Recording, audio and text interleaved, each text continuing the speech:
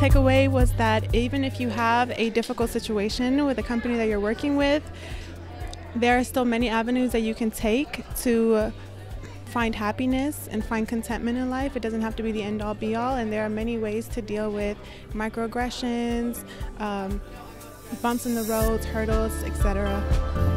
The SOC's Office of Communication and Outreach and the AU Career Center brought SOC alumni back to campus to advise students on overcoming workplace inclusion barriers. The topics discussed throughout the day included imposter syndrome, balancing authenticity with professionalism, and finding or being an ally in the office.